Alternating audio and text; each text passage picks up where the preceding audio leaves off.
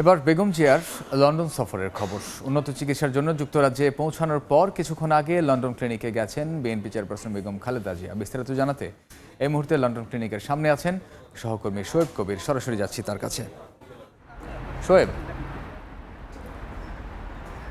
BNP chairperson Begum Khaleda Zia তিনি লন্ডনে আসছেন এই সময় ৯টায় বিমানবন্দরে অবতরণ করার পরপরই সরাসরি সেখান থেকে চলে আসেন লন্ডন ক্লিনিকে। আমরা সবশেষ যেটি জানতে পেরেছি লন্ডন আসছেন এই সময় 11:30 তিনি হাসপাতালে প্রবেশ করেন। এখন পর্যন্ত বাংলাদেশ থেকে আসা বেশ কয়েকজন চিকিৎসক, পাশাপাশি এই হাসপাতালে যেসব বিশেষজ্ঞ চিকিৎসক রয়েছেন তাদের পর্যবেক্ষণে, তাদের সরাসরি তত্ত্বাবধানে কিন্তু তার চিকিৎসার সব কিছু কিন্তু পর্যবেক্ষণ করা হচ্ছে। আমরা যেটি জানতে পেরেছি তাকে ইতিমধ্যে হয়তো ভর্তি করা হতে পারে, সেটি ধরে নেওয়া হচ্ছে। এবং যেটা আমি বাংলাদেশে জেনে এসেছি তিনি কিন্তু বেশ কিছু জটিল রোগে ভুগছিলেন। তার লিভার সিরোসিস সহ তার হার্টের সমস্যা হয়েছে এবং ধারণা করছে এই লন্ডনে হয়তো লিভার সিরোসিস, লিভার হয়তো প্রতিস্থাপন করতে পারে।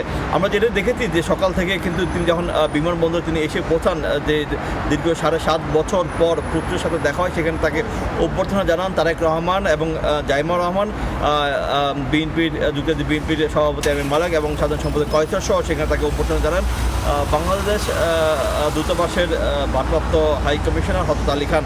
সেখানে হাজার হাজার নেতা কর্মীরা কিন্তু তাকে এক নজর দেখার জন্য অপেক্ষা করছিলেন। প্রচণ্ড ঠান্ডাকে উপেক্ষা করে সেখানে তিনি অপেক্ষা করছেন।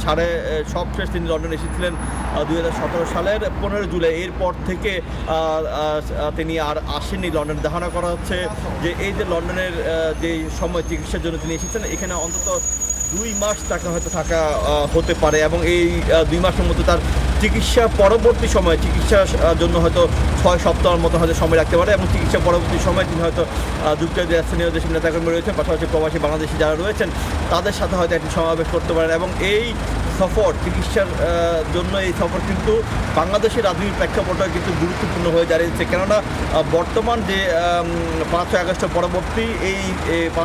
পরবর্তী মা ছেলের এই সাক্ষাতে বাংলাদেশের ভবিষ্যৎ রাজনীতিক এবং ভবিষ্যৎ দিক নির্দেশনামূলক বিভিন্ন গুরুত্বপূর্ণ আলোচনা সেখানে হতে পারে। এবং যে ভবিষ্যৎ যে নির্বাচন হচ্ছে, আগামী যে নির্বাচনে, এই নির্বাচনে দলীয় রূপরেখা, দলীয় কার্যক্রম, দলীয় যেসব পরিকল্পনা রয়েছে সেগুলোও কিন্তু এখান থেকে তারা চূড়ান্ত করতে পারেন। আমরা জানি কিছুদিন আগে কিন্তু লন্ডন ঘুরে গিয়েছিলেন মির্জা ফখরুল ইসলাম আলমগীর। তিনিও বিএনপির 3য় শীর্ষস্থানীয় নেতা।